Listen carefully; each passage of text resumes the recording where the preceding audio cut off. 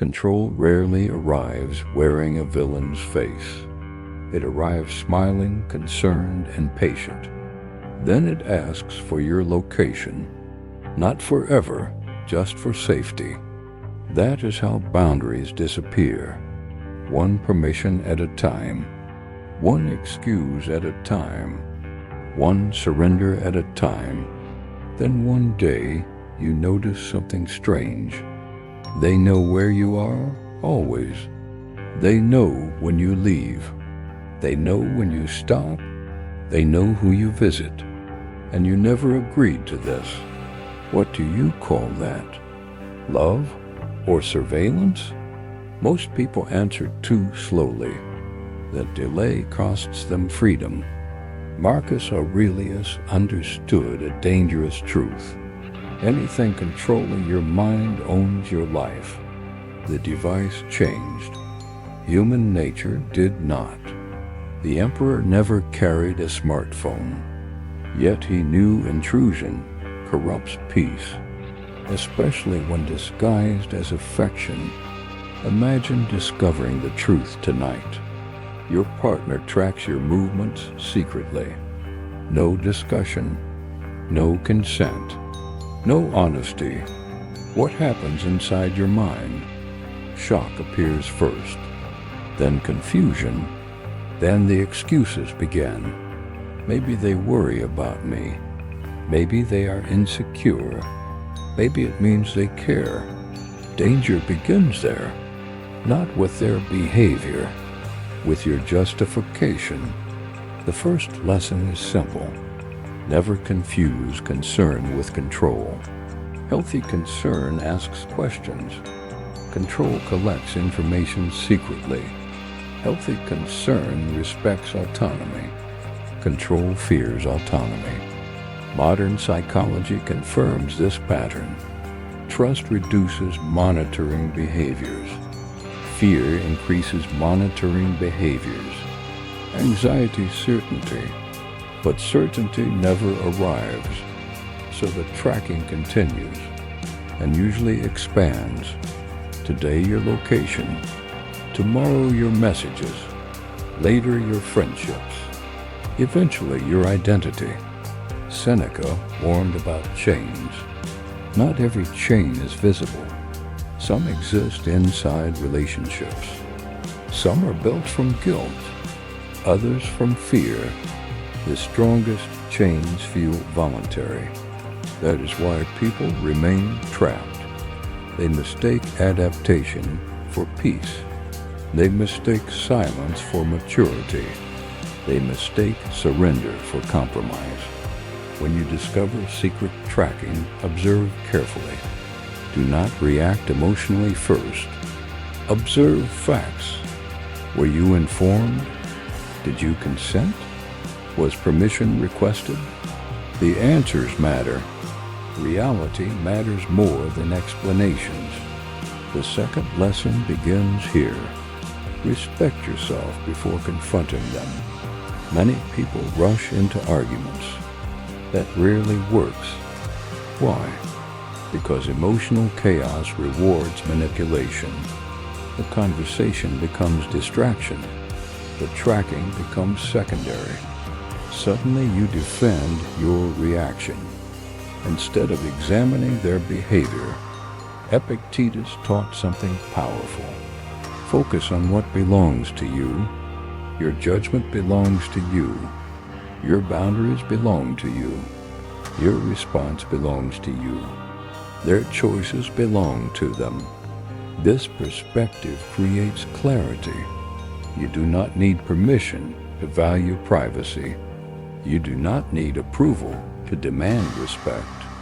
You do not need validation to establish boundaries. A calm response carries enormous power. You discovered tracking. You acknowledge it directly. You state the facts. You ask for an explanation. Then you listen carefully, not to words alone, to accountability. Manipulative people explain endlessly. Responsible people accept responsibility quickly. Watch the difference. It reveals everything. The third lesson is uncomfortable. Patterns matter more than incidents. Almost everyone focuses on single events. Wise people study patterns. Was this truly isolated, or part of something larger? Think carefully. Do they monitor your friendships? Do they question your whereabouts constantly? Do they create guilt around independence? Do they treat privacy like betrayal? These details matter because secret tracking rarely exists alone. It usually belongs to a system built from insecurity and power.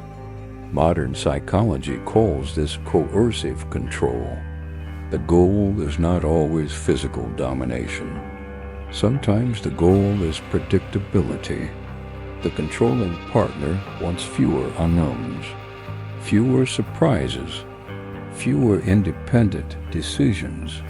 But relationships require uncertainty. Freedom is not the enemy of love. Freedom is the environment where love survives.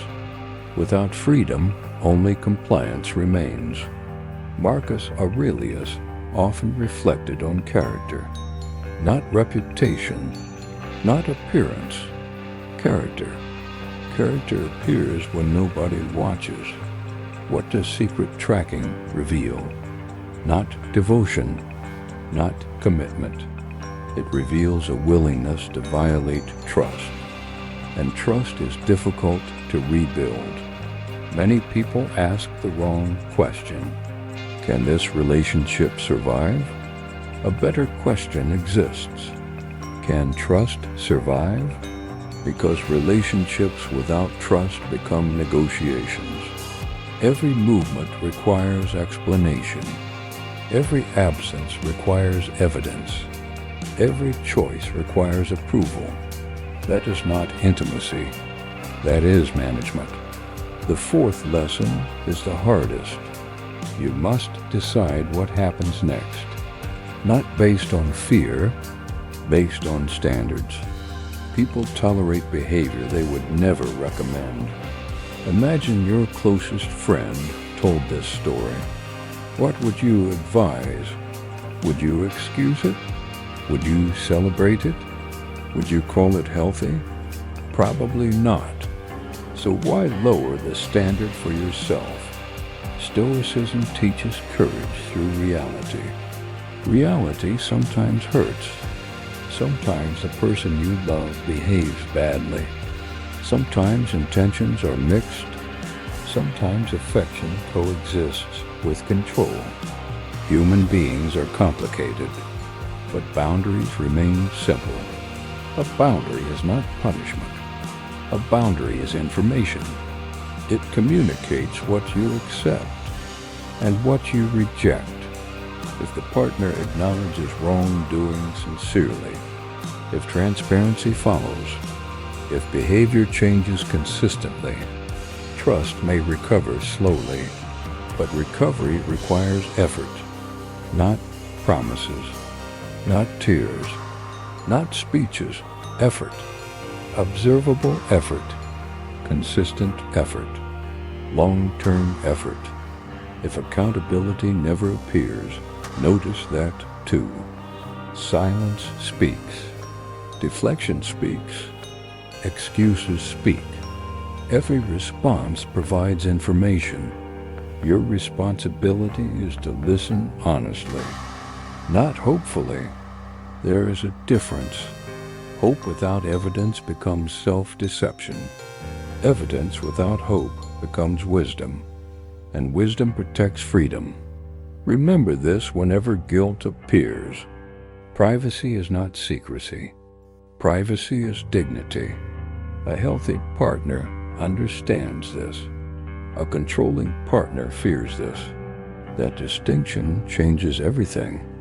The strongest response is not rage. It is clarity. Clarity terrifies manipulation, because manipulation survives confusion.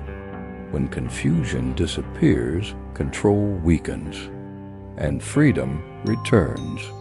So consider the question carefully.